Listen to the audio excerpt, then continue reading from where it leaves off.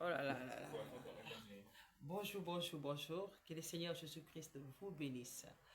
Si je suis servante de Jésus-Christ, eh ben, je réponds au nom de Bondo Rebecca, Lavera Dama, Maman Lily. Je ne peux pas oublier ça. Sinon, je suis l'épouse de Monsieur Jordan Maumba. Donc, je suis Bondo Rebecca, Lavera Dama Maumba, ou tout simplement beaucoup de gens me connaissent, sinon au niveau de l'église, ils me reconnaissent trop souvent avec ce nom de Rebecca Jordan ou tout simplement sœur Jordan parce que mon époux c'est Jordan. Ok.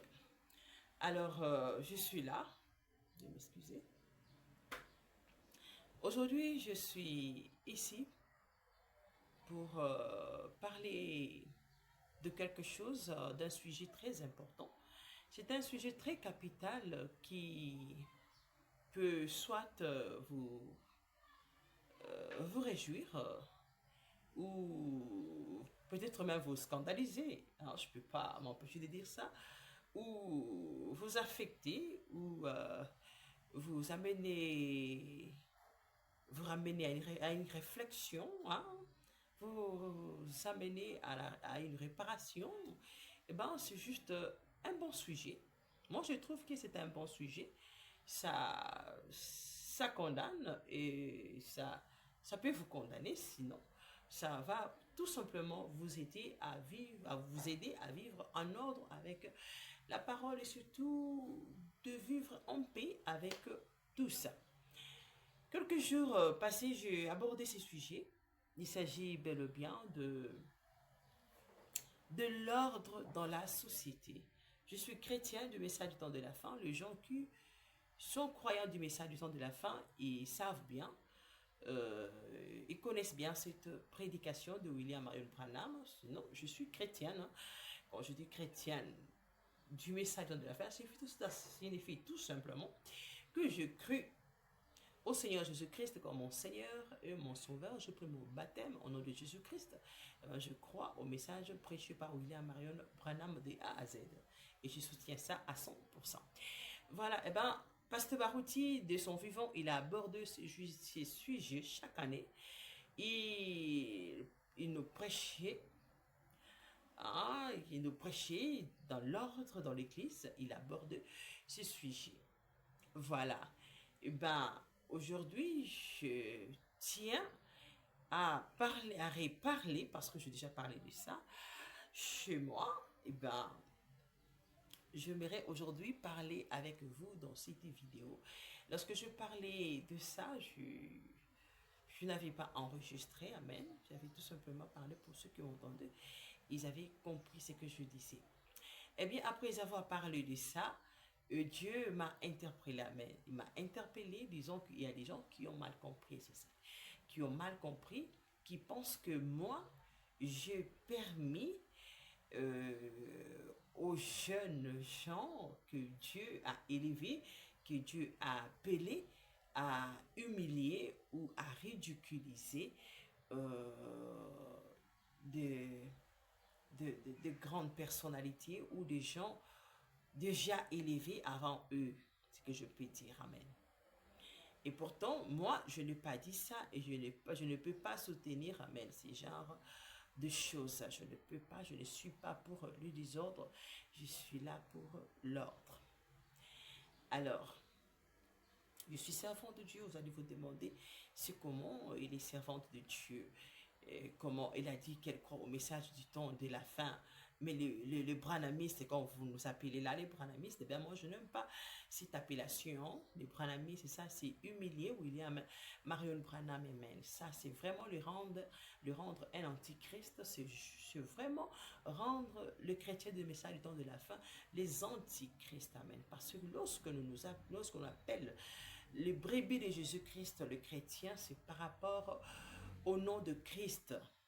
Les gens qui suivent Christ, les gens qui croient en Christ, on les appelle le chrétien. Voilà, il y a le mot Christ là-bas. Et celui qui est contre Christ, c'est un antichrist. Alors pour être contre Christ, il faut que tu portes un autre nom contraire à Christ, ce qui fait que lorsqu'on vous appelle branhamiste, vous êtes tout simplement ennemi de Christ. Nous sommes de chrétiens du message du temps de la fin. Et ça, c'est clair. Le chrétien du message du temps de la fin, prêché par William Marion Branham. Ah ben, vous allez me dire, nous connaissons bien les caractères de chrétiens de message du temps de la fin, nous les connaissons. Nous savons tous que vraiment, ils n'ont pas l'air de te ressembler, amen. Ils ne portent pas des boucles d'oreilles, ça c'est. Eh bien, c'est pour ça que Dieu m'a choisi. Dieu m'a choisi pour éclaircir certains points, et soit salé. Il est le dernier prophète et la parole qu'il nous a apportée, c'est la parole qui prépare les chrétiens, tout chrétien, à la rencontre du Seigneur Jésus-Christ qui est notre époux. En dehors de son message, en dehors de son message, de la parole qu'il a portée, il n'y a pas d'autre parole, amen, qui peut réveiller l'épouse, qui peut nettoyer l'épouse pour rencontrer le Seigneur Jésus-Christ. Il n'y a que cette parole prêchée par William Marion Branham. Eh bien, je suis tout simplement servant de Dieu, que Dieu utilise pour éclaircir certains points. Hein? Ce que Dieu voudra que je puisse parler, qui sera conformément à ce que la Bible dit, à ce que William Branham a dit, que les gens ignorent, que les gens ont oublié, amen, que les gens ont rejeté, que les gens ont mal interprété. Eh bien, Dieu m'aide à comprendre ce qu'il y en est. Eh bien, je suis là pour les boucles d'oreilles. Il faut déjà laisser tomber parce que William Branham n'a pas condamné à ce que une femme porte les boucles d'oreilles. Amen. Il n'a pas condamné ça, il n'a pas blâmé ça. Il a tout simplement dit que ça dépend de ce qui vous anime, ce qui vous pousse à porter ces boucles d'oreilles. Et sinon, de ne pas devenir l'esclave de ça. Vous voyez, il y a des gens sans boucles d'oreilles, il n'y a pas moyen de vivre. Amen. Donc, si on nous dit pas des boucles d'oreilles, oh là là, ils préfèrent même abandonner Dieu pour ces boucles d'oreilles. Et ça, déjà, il y a quelque chose qui ne va pas. Vous avez un démon en vous. Alors, je ne suis pas de cette nature à me coller à ces choses parce que lorsque je crus au message du temps de la fin, j'avais tout abandonné, j'avais tout laissé. J'avais tout laissé et Dieu, lorsqu'il m'a nettoyé, il a vu vraiment que j'étais prête à tout abandonner pour lui. Et je l'avais fait, j'avais tout abandonné. Il avait promis qu'il serait avec moi. Et bien, il m'a fait comprendre qu'il y avait un travail que je devais faire. Aider les gens, tout le monde, à connaître la vérité. À certains, il y a des gens qui ont rendu le message du temps de la fin comme un secte, vraiment un endroit où les gens doivent vraiment se faire souffrir avec des coutumes et ça vraiment se coffrer avec une nature qui ne plaît même pas à Dieu, qui ne transforme pas l'âme, mais qui paraît tout simplement je dirais ça, mais alors qu'il y a quelque chose qui ne va pas au-dedans. Eh bien, Dieu aime que nous puissions croire en toute sa parole. La volonté de Dieu est de croire en toute la parole, pas prendre une partie. Parce que toute la parole, c'est Dieu. Les cieux et la terre passeront, mais la parole de Dieu ne passera jamais. Vous allez encore me dire, eh bien, le chrétien de message du temps de la fin, il ne tolère pas ce que la femme prêche. Eh bien, je vais vous dire tout simplement que je ne suis pas là devant une chaire dans une église locale et ça est en train de vous prêcher. Je suis servante de Dieu. Dieu m'a utilisé et continue à m'utiliser comme musicienne chrétienne, amen. Il continue à m'utiliser comme vase. Vase, c'est prophétesse. Il continue à m'utiliser comme une épouse. Amen.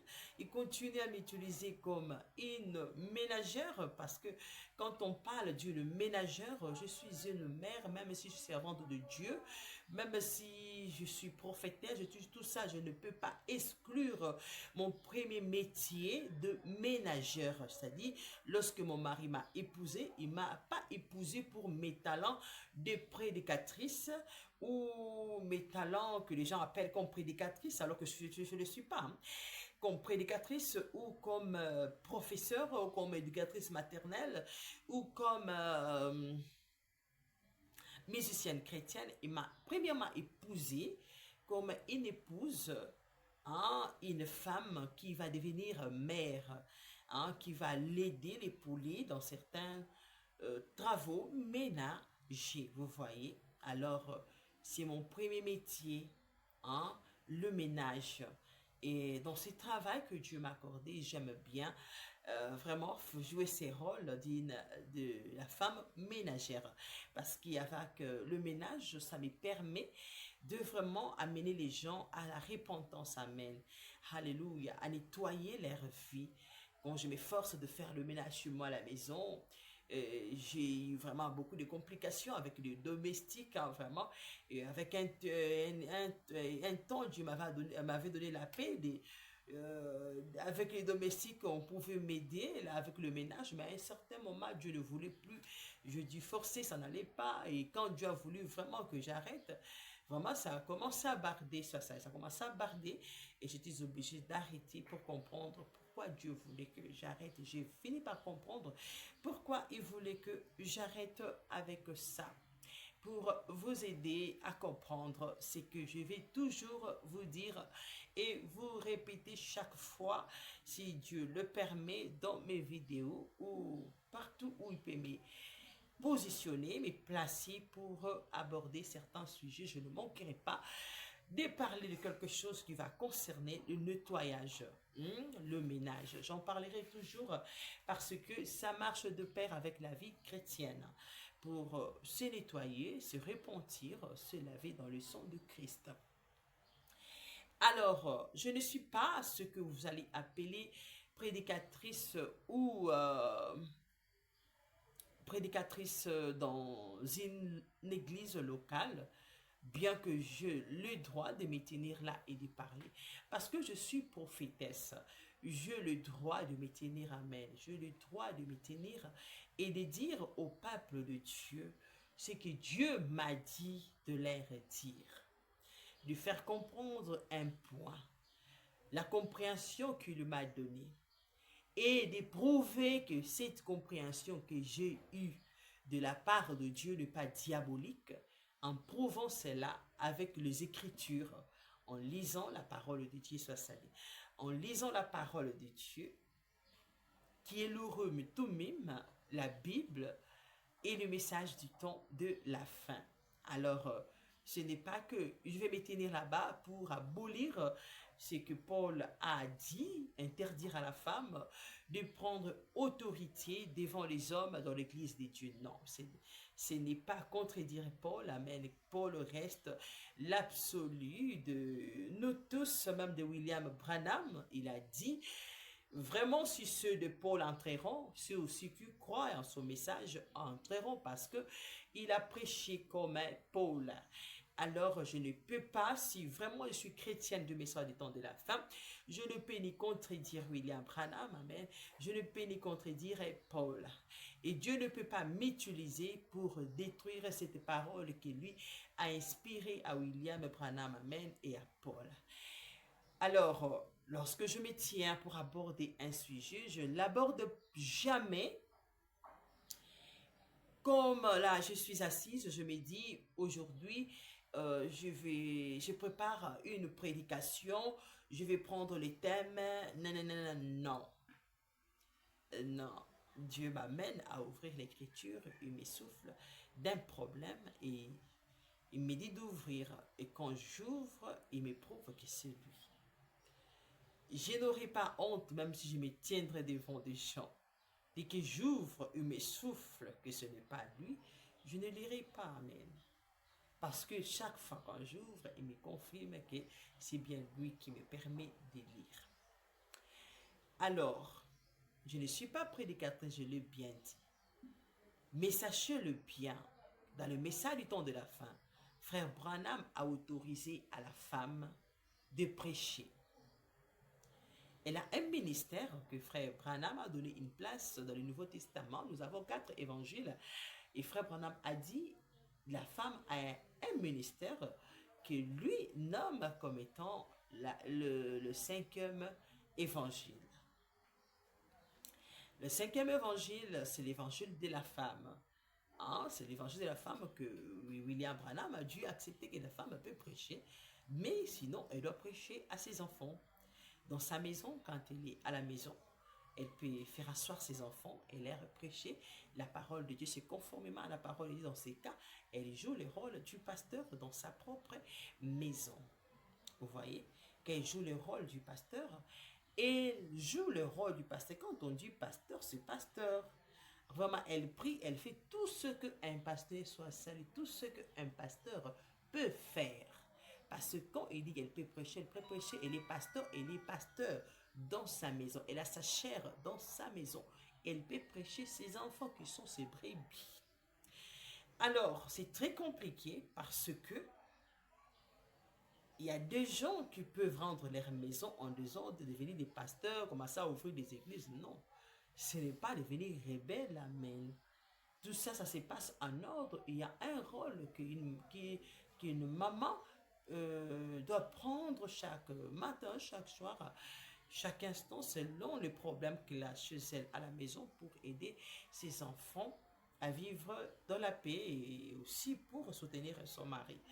Alors, j'ai pris beaucoup de temps pour aborder ce sujet, pour vous faire comprendre que je suis réellement chrétien du message du temps de la fin.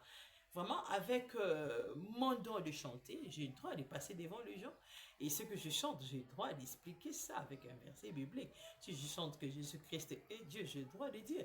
Dans tel passage biblique, il est écrit là-bas que Jésus-Christ est Dieu. C'est conforme à la parole. Si c'est la prophétie que j'ai reçue de Dieu, une connaissance qui me vient de Dieu, Dieu a droit de prouver avec les Écritures que cette inspiration, ce que j'ai entendu, ce que j'ai trouvé qui est bon, que les chrétiens ne font pas, je trouve ça dans la Bible, dans les brochures, je ne vois pas de mal. Le mal, c'est de se tenir là, jouant les rôles d'un pasteur. Dieu n'a jamais appelé une femme comme pasteur et soit sali dans une église locale. Ça n'existe pas, et soit sali. Ça n'existe pas. Et moi, je condamne ça. Et soit sali. Je condamne ça. Ça n'existe pas. Il n'y a pas de pasteur femme dans une église locale. Des prophétesses, oui. De chrétiennes musiciennes, oui. Des vases, oui. Quoi encore? Des nettoyeurs, oui. Des diagonesses, oui. Je me souviens dans la Bible, Paul a reconnu une femme comme diagonesse, c'est Phubie, je ne me trompe pas. Phubie.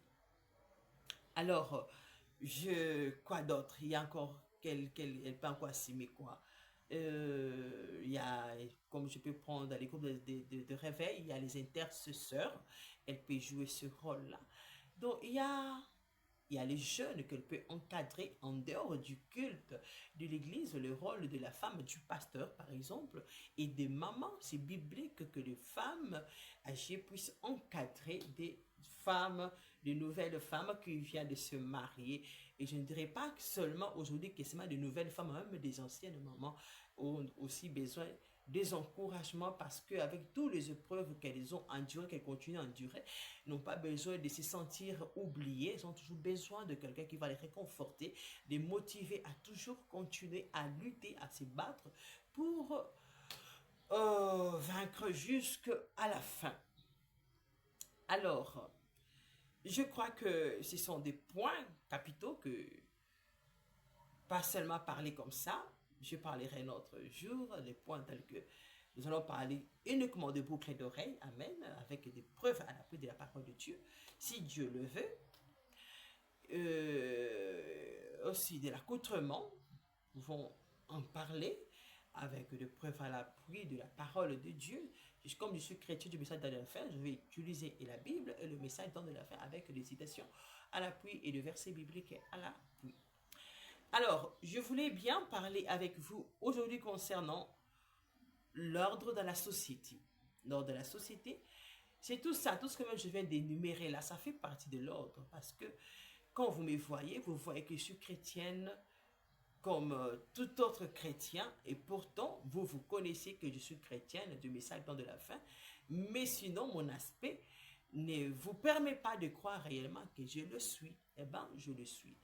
Alors, j'essaie d'expliquer tout ça pour vous amener à comprendre que je suis réellement chrétienne du message du temps de la fin qui croit en toute la parole prêchée par William Marion Branham, qui ne met pas de côté une portion de l'écriture, mais qui mange toute la parole. Sinon, je n'oblige pas aux sœurs de devenir comme moi. Non, notre Dieu, c'est un Dieu de variété. Il m'a convaincu de faire ça, pas pour vivre comme les gens peuvent l'imaginer, mais coller à ces choses. Non, je ne suis pas de cette nature, je ne suis pas de ce genre et ce sont des choses que je mets juste parce que Dieu veut que j'amène les gens à accepter sa parole telle qu'elle est. Pas à penser que la pensée de William Branham n'était pas correcte à la volonté de Dieu ou il n'était pas un absolu que Dieu nous avait placé pour nous guider vers lui, qu'il avait commis des erreurs et qu'il était non, mais sinon quand c'est écrit Amen, il n'y a plus moyen de douter, il ne reste qu'à Dieu seul de défendre cela. Mais quand nous nous lisons, nous devons croire en ça, c'est ça. Alors, l'ordre dans la société. J'ai dit autrefois que les gens devaient accepter leur position sociale. Si Dieu vous a appelé comme président, vous jouez votre rôle, vous prenez soin de la population, vous chargez de tout ce qui concerne des décisions, vous ne pouvez pas vous lasser de ça, laissons vos ministres ou le membre de votre gouvernement décider à votre place pendant que vous faites je ne sais quoi, et ben il revient à vous de décider les derniers mots, vous revient. Et j'ai aussi énuméré les points tels que et vous ne devez pas aussi, parce que vous êtes ministre, vous êtes collaborateur d'un président de la République ou je ne sais, d'une autorité quelconque, vous essayez un peu de vous faire passer pour lui, pour euh, vous comparer à lui, prouver vos capacités et condamner ce que lui fait parce que vous voulez qu'on vous vote et vous en parlez en mal, vous critiquez sans vraiment utiliser un langage propre. Alors, et aussi, je dû aussi dire que j'ai donné un exemple, là je partageais avec mon mari, j'ai donné un exemple tel que il y a des gens qui se taquinent, on s'est parlé, eh ben, j'ai donné un exemple tel que les présidents, un tel président, et, par exemple j'avais pris notre exemple, je suis congolaise de la RDC, nous avons, vous connaissez tous, mon pays est en guerre contre le Rwanda et nous sommes menacés par le Rwanda, et ben vous savez tous que euh, les deux présidents peuvent se parler. Eh ben, j'ai dû faire rire mon mari, et disant, vous voyez, qu'on entend tout simplement le président Félix dire au président Paul Kagame, oh, papa, vous voyez, papa Paul Kagame, vous voyez, vous dérangez mon pays, ma population souffre, je vous en supplie s'il vous plaît, est-ce que vous pouvez un peu retirer vos troupes? Oh, ayez un peu pitié de moi, je suis votre fils, vous voyez. Oh, même Paul Kagame va vraiment rire. J'ai dit à mon mari, vous savez, oh, moi je vais dire, oh là là, au secours, si je risque de fermer les bagages pour dire à mes enfants, venez, venez, venez. Oh là là, ça va plus marcher, hein. Ça va plus marcher, hein. Ça va plus marcher. Ça serait vraiment très terrible d'entendre mon président dire ça à celui qui croit qu'il menace vraiment, il nous met en danger, vous voyez. J'aimerais quand même qu'il utilise un langage autoritaire tel que je ne peux pas donner un exemple, je ne suis pas, je n'ai pas ces modèles, mais un langage responsable de reconnaître sa position, de défendre son pays face à cette agression. Vous voyez, et s'il a tort, et le président Paul est libre de dire non, vous vous trompez. Ce n'est pas moi, il est libre de nous prouver qu'il est innocent. Mais voir notre président pleurnicher, mais non, oh là là, ça va vraiment me terrifier personnellement. Je crois que tout le monde sera vraiment terrifié de voir ça. Eh bien, il y a des gens qui peuvent interpréter ça mal, dire que non, non, tu veux que les gens, quand je prends par exemple Paul Kagame, c'est un président qui date de longtemps. Mon président Félix était tout jeune, tout jeune, pendant que lui était déjà président. Vous voyez, il y a un grand respect là. Mais sinon, maintenant, mon président assume une grande responsabilité dans notre pays. C'est différent. Il doit sauver le pays. Il ne va pas pleurnicher, vous voyez. Eh bien, il y a des gens qui comprennent les choses mal. Hein? Il y a des gens qui, par exemple, cet exemple, il y a des gens qui peuvent comprendre ma pensée mal, dire que, par exemple, un jeune ministre, un pasteur, il se tient devant un ancien pour les taquiner ou pour lui prouver qu'il a une connaissance quelconque avec un langage autoritaire de dédain ou je sais de quoi. Non, c'est pas ça, même. C'est pas ça.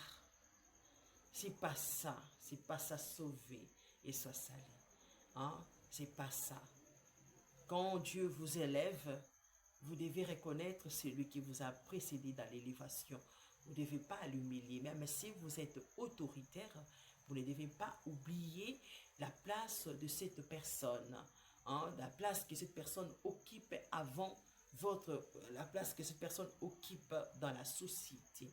Je vais vous prendre un exemple biblique. Je prends l'exemple du roi Saül et son gendre David. Hein, trop souvent nous parlons que Saül est menacé David. C'était son beau-père. Hein. C'était son beau-père, vous voyez. Et si on enlève les beaux-pères, il était aussi ami à son fils Jonathan.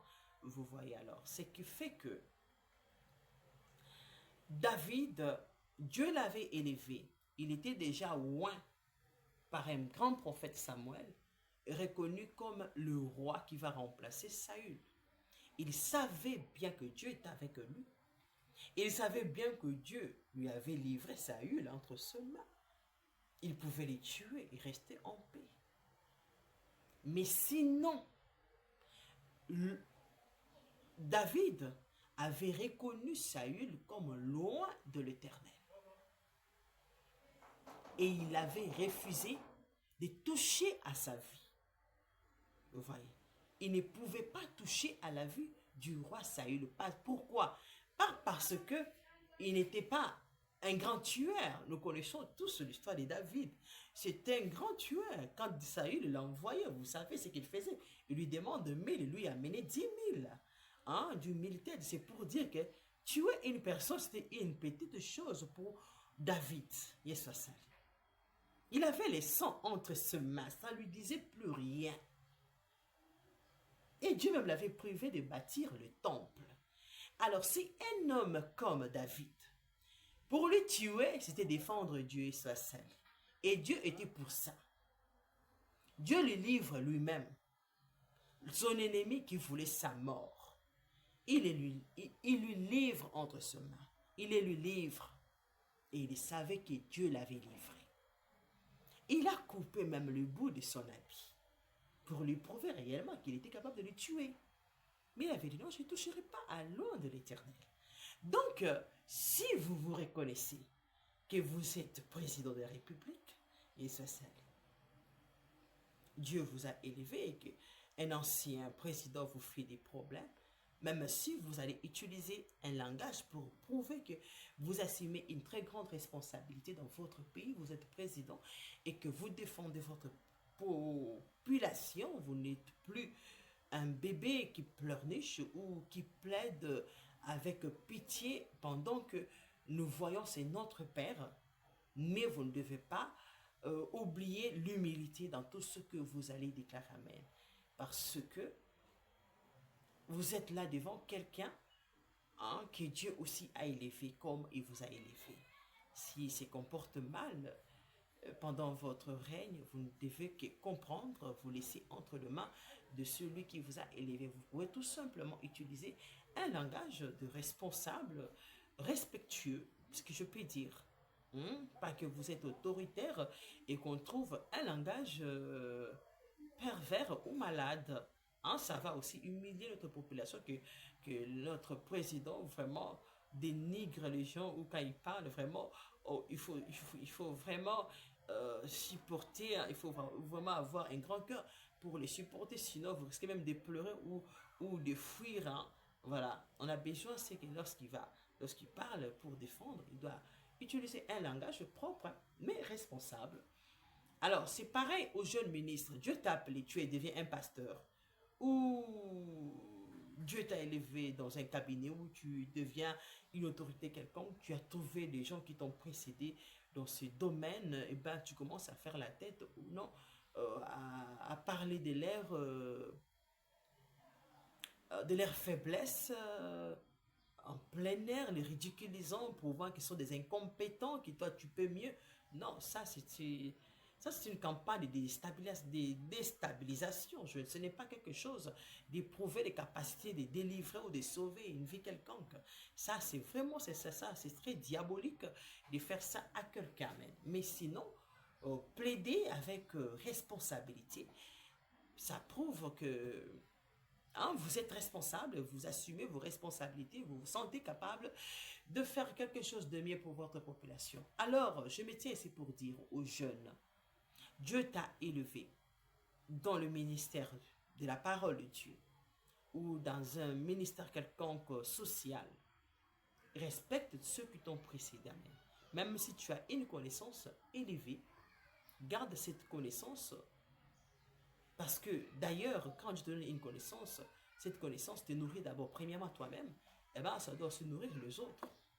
Alors transmets cette connaissance respectueusement.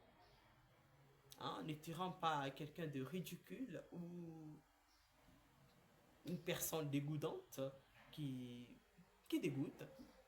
Alors, parce que l'impolitesse dégoûte. Amen. Alors, je crois que ça va nous aider tous, parce que nous tous, nous sommes soumis à ces problèmes, parce que et les anciens, et aussi dénigrent ceux qui débutent, amen. Ils pensent que c'est en les dénigrant, en les ridiculisant, qu'ils vont maintenir leur position. Eh bien, ça n'est pas ça. Ce n'est pas ça. Vous voulez garder votre position? Eh bien, acceptez les autres, parce que vous aussi, vous avez trouvé les autres. Amen. Qui vous avez précédé, vous avez accepté. Alors, acceptez aussi les autres. Je crois que Dieu a intervenir. Je ne soutiens pas le mal, je ne suis pas pour ça. Donc, en bref, je dirais tout simplement ça. Et restons, que chacun de nous reste à sa place. Dieu vient de t'appeler dans un ministère quelconque. On vient de t'épouser, tu entres dans un quartier où toi tu es riche, peut-être, tu commences à faire la tête, amen, à dénigrer les mamans que tu as trouvées là-bas. C'est pas mal, hein? C'est pas mal. Je trouve que c'est mal, non? Tu dois rester à ta place. Tu connais même pas, tu sais même pas ce que tu vas endurer, amen. Mais elles, elles ont tellement de problèmes qu'elles ont supporté. Et tu leur dois du respect, amen. Et elles aussi, vous ne pouvez pas voir la fille d'autrui qui vient à peine de se marier et vient dans votre quartier, vous commencez à vouloir qu'elle endure des choses et ça, qui vous avez déjà enduré. Ça, c'est pas possible, ça. Ça, c'est cruel. Oh là là. Ça, c'est très bizarre de faire ça à quelqu'un. Tout ce qu'on vous a fait là, l'enfant d'autrui qui vient de se marier, vous voulez vraiment la faire vivre ça. Yes, ça, c'est vraiment très diabolique. Essayez vraiment de faire quelque chose. Elle, au moins, elle est impolie, on peut l'aider à supporter, à s'humilier. Mais quand vous la faites, c'est qui est très dur là. c'est que vous, avec toutes ces années que vous avez supporté la mère, elle qui ne sait même pas que cet homme-là qui l'appelle chéri peut dire, arrête là, oh, tu me déranges. Elle ne sait même pas que ça peut lui arriver un jour, et là encore là, et vous voulez commencer à imposer des choses très bizarres dans sa maison. Oh là là, c'est quoi? Il ne faut pas faire ça aux filles d'autrui. Ayez pitié. Ayez pitié. À que laisser les temps au temps, non? Elle aussi aura ses épreuves. Pas que au début, là, vous commencez déjà à chercher des problèmes. Hein? Je ne soutiens pas ça. Je ne suis pas pour ça. Hein? Aidez-moi, aidez-nous vraiment. Pas ce genre de choses. Ah, les mamans sont là pour aider les nouveaux mariés, pas vraiment pour les chercher des problèmes, pour dire, au Canada, qui n'est au Balipé, tout ça là. Voilà. Alors, le jeune, c'est ça ce que je peux vous dire. Et mon mari m'a aidé l'autre fois, pendant qu'on partageait ce que je venais de dire de président, il m'a dit, c'est comme, il y a des pasteurs, les jeunes ministres, pendant que les pasteurs prêchent, prêchent un thème quelconque, un sujet quelconque, et lui il sort de l'église, il regroupe un certain nombre de gens, il commence à dénigrer la prédication du pasteur pour dire, vous savez, sur tel point le pasteur a parlé. Il devait dire ceci, ceci, il disait dire ceci, il devait dire ceci, cela. Il devait parler comme ça. Non, c'est pas bien ça, il soit sali. Ça, c'est pas bien. Ça, c'est déstabiliser un ministère. Et ça, vraiment, oh là là, c'est très diabolique. Ça, c'est cruel, hein? Ça, c'est très malade. Oh, Jésus, protège-moi. C'est très malade de faire ça à quelqu'un. Si vous êtes convaincu que ce pasteur n'a pas raison ou il a tort, ce n'est pas en regroupant ses brebis, non, ce sont ses enfants. Il leur donne ce qu'il trouve bon à leur donner. Si vous avez une connaissance que Dieu vous a donnée, si vous n'avez pas encore d'église, non, non, non, ne prenez pas ces brebis pour les diaboliser, amen. Si vous avez une église, allez prêcher ça. Dites-moi ce thème ici, je le développe comme ça, comme ça. Hein? Vous éclaircissez sans dire que je trouve que ce pasteur, vous commencez à l'insulter là-bas, à lui dénigrer. Oh là là, ça fait très mal. Hein? Ça fait très mal de faire ça à quelqu'un. Développez votre sujet, les sujets que vous avez trouvés, il a mal abordé ça. Moi, j'aimerais parler de ça clairement dans mon église. Oui, apportez là vos brebis. Parle avec eux clairement de ce que vous pensez à propos de ces sujets. Pas que vous arrivez là-bas, vous savez comme c'est passé, il ne sait même pas prêcher. Il a parlé comme ça à propos de ces sujets. Non. Et trop souvent même, les gens même citent les noms. Ça, c'est pas bien ça. Ça, c'est pas bien. Tu vas détruire l'église de Dieu, tu vas gagner quoi? Ou détruire vraiment la réputation de quelqu'un. Oh Dieu, ça fait très mal. Que Dieu vraiment nous aide. Alors, je ne soutiens pas ce genre de choses. Je ne suis pas pour le désordre, je suis pour l'ordre. Eh ben, je crois que ça va nous aider. Je ne peux pas oublier les petits-enfants. Il y a des parents qui haïssent des serviteurs de Dieu, des autorités. Et ils ont venu leurs enfants, vous savez, pour faire quoi? Pour composer des chansons contre les serviteurs de Dieu, contre les autorités. Et ces enfants commencent dénigrer les autorités ou les lancer, ce que nous appelons jetons. À l'égala, on dit mbouakela, des cris comme ça, des cris qui provoquent, amen, qui peut vraiment troubler la vie d'une autorité, chercher à commettre vraiment des dégâts. Vous savez, il y a des choses qu'on ne peut pas faire à une autorité. Vous essayez de faire coûter ça, amen, à plusieurs personnes. Hein. Il y a des choses que vous ne pouvez pas faire à un serviteur de Dieu, un servant de Dieu. Ça peut coûter à beaucoup de gens. Il faut vraiment éviter ça. Et tu vas voir, c'est la haine des parents qui se manifeste à travers les enfants. Mais trop souvent, c'est ça. Parce que les enfants, trop souvent, ils copient ce que les parents font. Et s'ils ont des bons parents, s'ils ont copié ça auprès des amis, Dieu intervient toujours. Amen. Mais si ça vient de parents, si les deux parents sont vraiment bizarres, c'est là où vraiment on trouve vraiment des enfants très compliqués. Mais s'il y a l'équilibre, Il y a un qui est compliqué, l'autre, on trouve vraiment que oui, l'autre là couvre, amen, les faiblesses de l'autre. Alors, je vous en supplie de faire quelque chose. Je crois que je termine par là. Que le Seigneur Jésus-Christ vous bénisse.